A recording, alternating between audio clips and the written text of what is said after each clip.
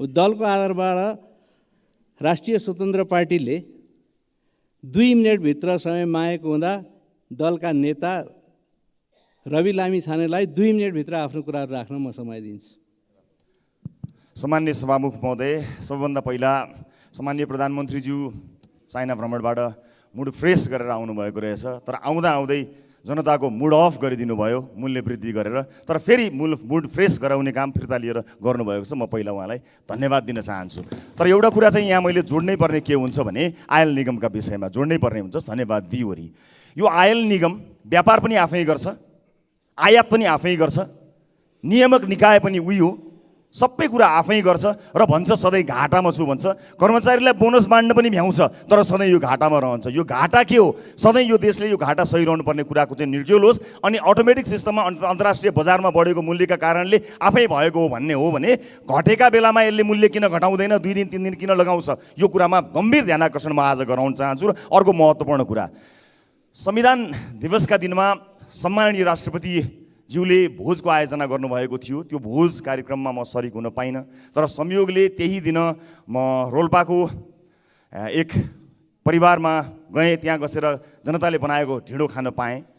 मलाई लागेको थियो त्यो संविधान दिवसको भोज थियो, त्यो खुसी थियो संविधान दिवसको उपलक्ष्यमा। तर त्यो भोज त संविधान पाएको खुसियालीको भोज होइन रहेछ। दिन दहाडै सडकमा मान्छे काट्नेलाई उन्मुक्ति दिएको पार्टी रहेछ। म खुसी छु त्यो पार्टीमा त्यो जुठो खान परेन। नेपाली जनताले लडेर ल्याएको लोकतन्त्रमा संविधान जसलाई लिएर यो देशले आशा गरेको छ, भरोसा गरेको छ, त्यति धेरै हामीले लगानी गरेर बनाएको संविधान दिवसको अवसर पारेर यसमा मौका छोपेर जुन काम सरकारको सिफारिसमा सम्माननीय राष्ट्रपतिबाट हुन गयो, राष्ट्रिय स्वतन्त्र पार्टी त्यसको घोर विरोध गर्न चाहन्छ र यो लोकतन्त्र, संविधान यी विषयहरूमा टेकेर यस्ता जघन्य अपराध गर्ने मानिसहरूलाई, दिउँसै मानिसलाई हत्या गर्ने र आजीवन सजाय पाएको मान्छेलाई यस्ता अवसरहरूमा, जनताले खुसी मान्नुपर्ने अवसरहरूमा उन्मुक्ति दिने प्रणालीलाई बन्द गर्नको निमित्त म जोरदार माग गर्न चाहन्छु। धन्यवाद सभामुख महोदय।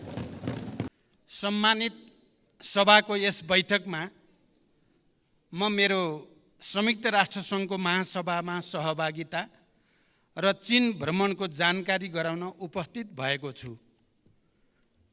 म सम्मानित सदनको ध्यानाकर्षण गराउन चाहन्छु, म जहिले पनि विदेश भ्रमणमा जाँदा यस सम्मानित सदनलाई जानकारी गराएर र एजेन्डाहरू बारे पनि मुख्यतः यी हुनेछन् भन्ने कुरा पनि प्रस्तुत गरेरै गएको छु।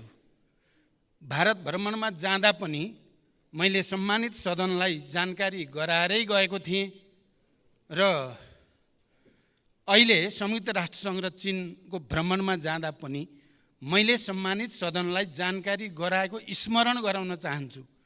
केही मान्य सदस्यहरूलाई थाहा रहेनछ कि जस्तो लागेको हुनाले मैले अलि जोड दिएर भन्नुपर्ने अवस्था आइलाग्यो। यी भ्रमणका बारेमा जानकारी गराउनु पूर्व सर्वप्रथम म 2वटा विषयमा सम्मानित सदनलाई जानकारी गराउन आवश्यक ठान्दछु।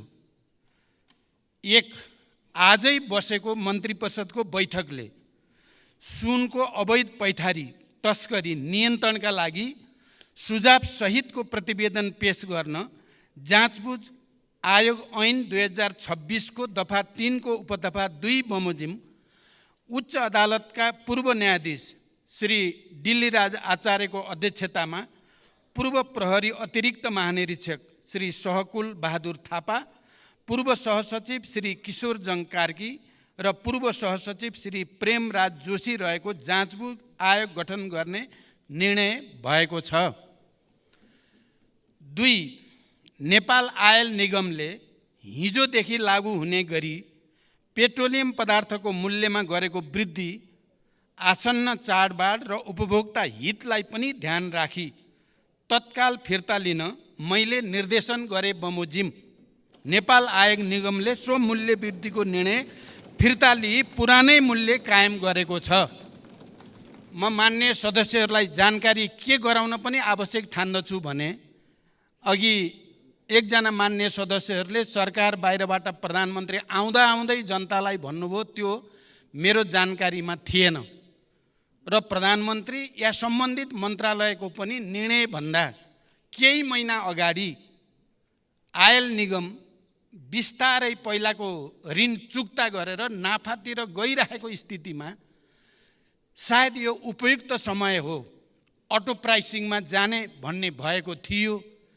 त्यसैको आधारमा भएको थियो जुन अहिलेको जनताको पीर मर्का जनताको भावना र आवश्यकता विपरीत थियो।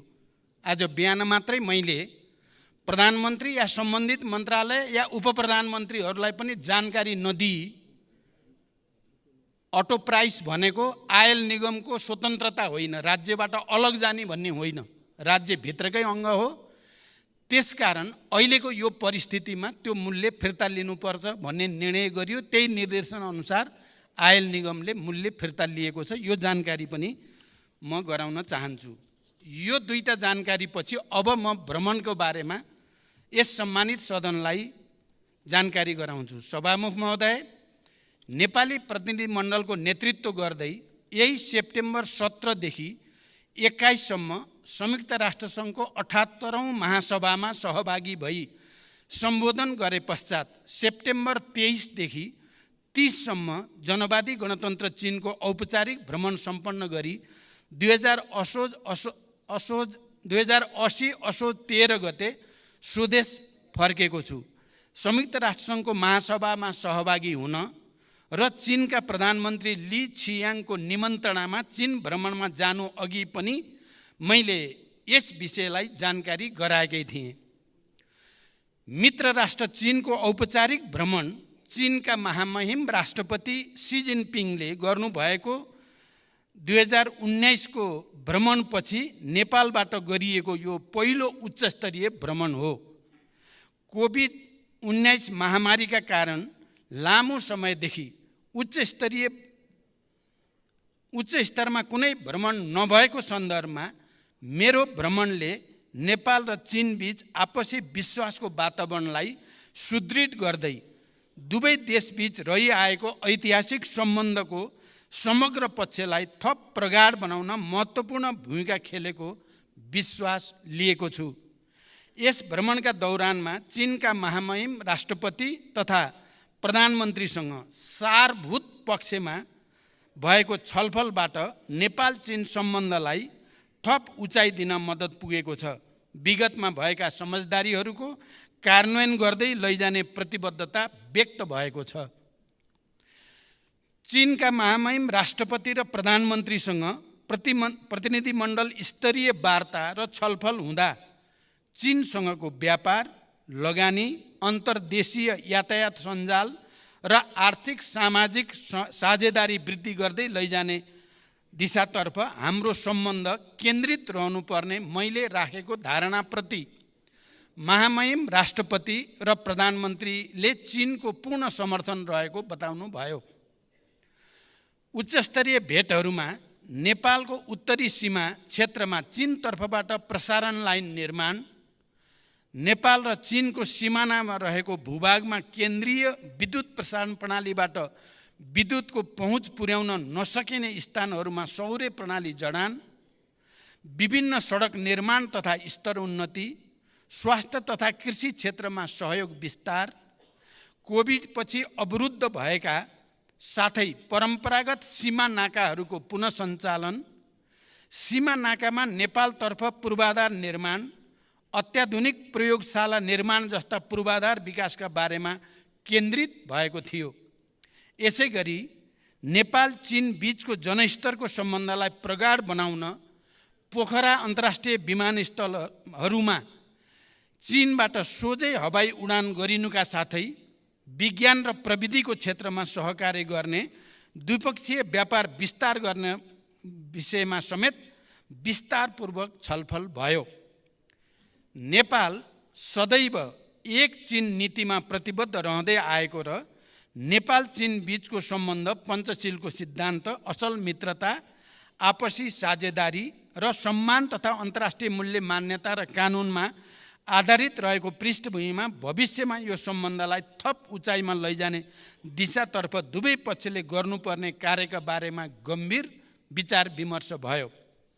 चीन भ्रमणको समयमा चीनको हाङजाऊमा विभिन्न देशका राष्ट्र प्रमुख र सरकार प्रमुख एवं उच्चस्तरीय प्रतिनिधि समेतको उपस्थितिमा चीनका महामहिम राष्ट्रपतिले गर्नुभएको उद्घाटन समारोहमा सहभागी भई नेपाली खेलाडीहरूको हौसला बढाउने अवसर पनि प्राप्त भयो।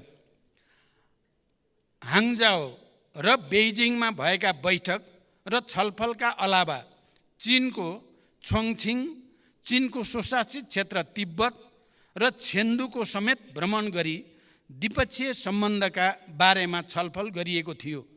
प्रत्येक बैठकमा त्यहाँका राजनीतिक नेतृत्वबाट नेपाल चीन सम्बन्धलाई थप उचाइमा पुर्याउने एवं मेरो भ्रमणको अवसरमा नेपाल र चीनबाट संयुक्त रूपमा जारी वक्तव्यको पूर्ण कार्यान्वयन गर्ने प्रतिबद्धता व्यक्त भएको थियो।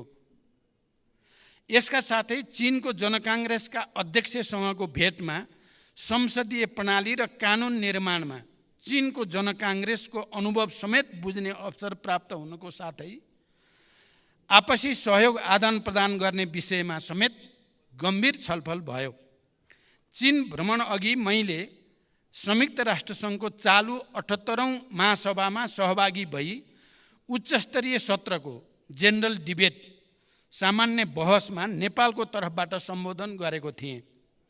यस सम्बोधनमा मैले प्रमुख रूपमा नेपालको शान्ति प्रक्रिया र त्यसलाई ठोस निष्कर्षमा पुर्याउन अन्तर्राष्ट्रिय समुदायको सहयोग, जलवायु परिवर्तन तथा यसले गर्दा नेपाल लगायत अल्पविकसित देशहरूमा परेको नकारात्मक प्रभाव र त्यसका निराकरणका उपायहरू, हिमाली राष्ट्रहरूका समस्या, दिगो विकासका लक्ष्यहरूको प्राप्तिमा अल्पविकसित राष्ट्रहरूका समस्या प्रस्तुत गर्दै ती समस्या समाधानमा साधन स्रोतको व्यवस्थापनका लागि विश्व समुदायको गम्भीर ध्यानाकर्षण गराएको छु। यसैगरी अति कम विकसित तथा भूपरिवेष्टित राष्ट्रका समस्याहरूप्रति विश्वको ध्यानाकर्षण गराउँदै ती राष्ट्रहरूको विकासका लागि अन्तर्राष्ट्रिय सहयोग, प्रविधि हस्तान्तरण र लगानीका माध्यमबाट गरिबी तथा असमानता हटाउँदै जानुपर्ने विषयमा मैले विशेष जोड दिएर राखेको छु। साथै समकालीन विश्वका प्रमुख मुद्दाहरू मानवाधिकार, निशस्त्रीकरण, आतंकवाद बारे नेपालको दृष्टिकोण पनि प्रष्ट शब्दमा प्रस्तुत गरेको छु। महासभाको मूल सत्रका अलावा दिगो विकास सम्बन्धी शिखर सम्मेलन एसडिजी समिट, जलवायु सम्बन्धी शिखर सम्मेलन क्लाइमेट एम्बिसन समिट, महामारी रोकथाम तयारी र प्रतिकार्य सम्बन्धी उच्चस्तरीय बैठक high level meeting on pandemic prevention preparedness and response, विकासका लागि वित्त सम्बन्धी उच्चस्तरीय संवाद high level dialogue on financing for development, स्वास्थ्य सम्बन्धी high level meeting on universal health coverage तथा united nation friends of vision high level ब्रिफलाई समेत सम्बोधन गरेको थिएँ। यी सम्बोधनहरूमा मैले नेपाल लगायत अति कम विकसित राष्ट्रहरूको तर्फबाट समेत दिगो विकासका लक्ष्य प्राप्तिका समस्या, त्यसको समाधान, जलवायु परिवर्तनको प्रभाव र सोको न्यूनीकरणमा सहयोग गर्न अति कम विकसित मुलुकहरूका लागि सहज वित्तीय पहुँचको सुनिश्चितता, कोभिड-19 लगायतका महामारी र सोबाट गरिब मुलुकहरूका अर्थतन्त्रमा परेका समस्याका बारेमा विस्तृत र स्पष्ट दृष्टिकोण राखेको थिएँ। यसपटकको मेरो राष्ट्रसङ्घको सबै सभाहरूमा सम्बोधन गर्दा खाली नेपालको प्रधानमन्त्रीको हैसियतले मैले विषयलाई स्पष्ट राख्ने अवसर प्राप्त गरेको मात्रै होइन। यो पटक हाम्रो लागि विशिष्टता के रह्यो भने हामी एलडिसीको चेयर हौँ। यो पटक 47वटा कम विकसित देशहरूको अध्यक्षको हैसियतले प्रत्येक सभामा सम्बोधन गर्ने विशेष अवसर पनि नेपाललाई प्राप्त भयो र त्यो अवसरको हामीले अधिकतम सदुपयोग गरेको जानकारी पनि म गराउन चाहन्छु। संयुक्त राष्ट्रसङ्घको महासभाकै दौरानमा अमेरिकी राष्ट्रपति एवं संयुक्त राष्ट्रसङ्घका महासचिव लगायत विभिन्न देशका राष्ट्र प्रमुख र सरकार प्रमुखसँग पनि द्विपक्षीय गम्भीर छलफल भएको थियो। मैले र प्रतिनिधिमण्डलका सदस्य माननीय परराष्ट्र मन्त्रीले संयुक्त राष्ट्रसङ्घका सम्बन्धित अधिकारीहरूसँग गरेको छलफलमा शान्तिकर्मीहरूको सुरक्षा, बन्दोबस्तीका लागि भएको खर्चको समयमै शोध भर्ना तथा निकासा लगायत नेपालले गरेको अटुट र उच्च तहको योगदानको कदर स्वरूप जिम्मेवार तथा उच्च पदहरूमा नेपालको समुचित प्रतिनिधित्व हुनुपर्ने विषयलाई विशेष प्राथमिकताका साथ जोड दिएर उठाइएको छ। समग्रमा दुवै भ्रमणहरू सफल भएको मैले र हाम्रो प्रतिनिधिमण्डलले ठानेको छ। चीनको भ्रमणले झन्डै 4 वर्ष लामो नेतृत्व तहबाट एक अर्का मुलुकमा भ्रमण नभएको स्थितिको अन्त्य भएको छ। उच्च स्तरमा भएको द्विपक्षीय वार्ताबाट छिमेकीहरूका संवेदनशील विषयहरूमा नेपालले पालन गर्दै आएको नीतिको पुनर्पुष्टि भएको छ। राजनीतिक तहमा विश्वासको वातावरण बनेको छ। पूर्वाधार निर्माण, व्यापार, लगानी तथा जनस्तरको सम्बन्ध विस्तारमा द्विपक्षीय सहयोग र सहकार्यलाई तीव्रता दिने मार्ग प्रशस्त भएको छ र अझ महत्त्वपूर्ण त नेपाल र नेपाली जनताप्रति चिनिया नेताहरूको सद्भावना विशेष रूपले अभिवृद्धि भएको हामीले महसुस गरेका छौँ। त्यसै गरी संयुक्त राष्ट्रसङ्घको महासभामा प्रधानमन्त्री स्तरमा भएको सहभागिताबाट नेपालको शान्ति प्रक्रियालाई निष्कर्षमा पुर्याउन संयुक्त राष्ट्रसङ्घ र अन्तर्राष्ट्रिय समुदायको सद्भाव हासिल गर्ने, नेपालमा द्वन्द्वबाट शान्तितर्फ रूपान्तरणको सफल उदाहरणलाई अन्तर्राष्ट्रिय समुदायले उचित मान्यता दिनुपर्ने, दिगो विकासका लक्ष्यहरूको कार्यान्वयन तथा जलवायु परिवर्तनका प्रभावहरूबारे नेपाल लगायत अति कम विकसित मुलुकहरूका चुनौती र तिनको सम्बोधनका लागि विश्व समुदायको ध्यानाकर्षण गर्ने विषयमा नेपाल यसपटक देखिने गरी प्रस्तुत हुन सफल भएको छ। सभामुख महोदय, साँच्चै नै एलडिसीको चेयरको हैसियतले पनि, क्लाइमेट चेन्जको सबभन्दा बढी असर परेको क्षेत्रको हैसियतले पनि, शान्ति प्रक्रियालाई अन्तिम निष्कर्षमा पुर्याउने र विश्वलाई नै शान्तिको एउटा नयाँ सन्देश दिने सन्दर्भमा पनि यो पटक संयुक्त राष्ट्रसङ्घको महासभामा देखिने गरी नेपाल, सुनिने गरी नेपाल स्थापित भएको महसुस हामीले गरेका छौँ। यो सधैँ प्राप्त हुने अवसर थिएन, यो विशेष स्थितिमा प्राप्त हुने अवसर थियो। यो अवसरलाई हामीले, मेरो नेतृत्वको प्रतिनिधिमण्डलले हामीले धेरै बैठकमा सहभागिता म र परराष्ट्र मन्त्रीजीले गर्ने अवसर प्राप्त भयो। हामीले अधिकतम सदुपयोग गरेका छौँ र यी दुवै भ्रमणबाट विश्वासको एउटा नयाँ वातावरण, नेपाल देखिने र चिनिने गरी स्थापित भएको महसुस मैले गरेको छु। यति जानकारी गराउँदै बिदा हुन्छु। धन्यवाद। अभिवादन।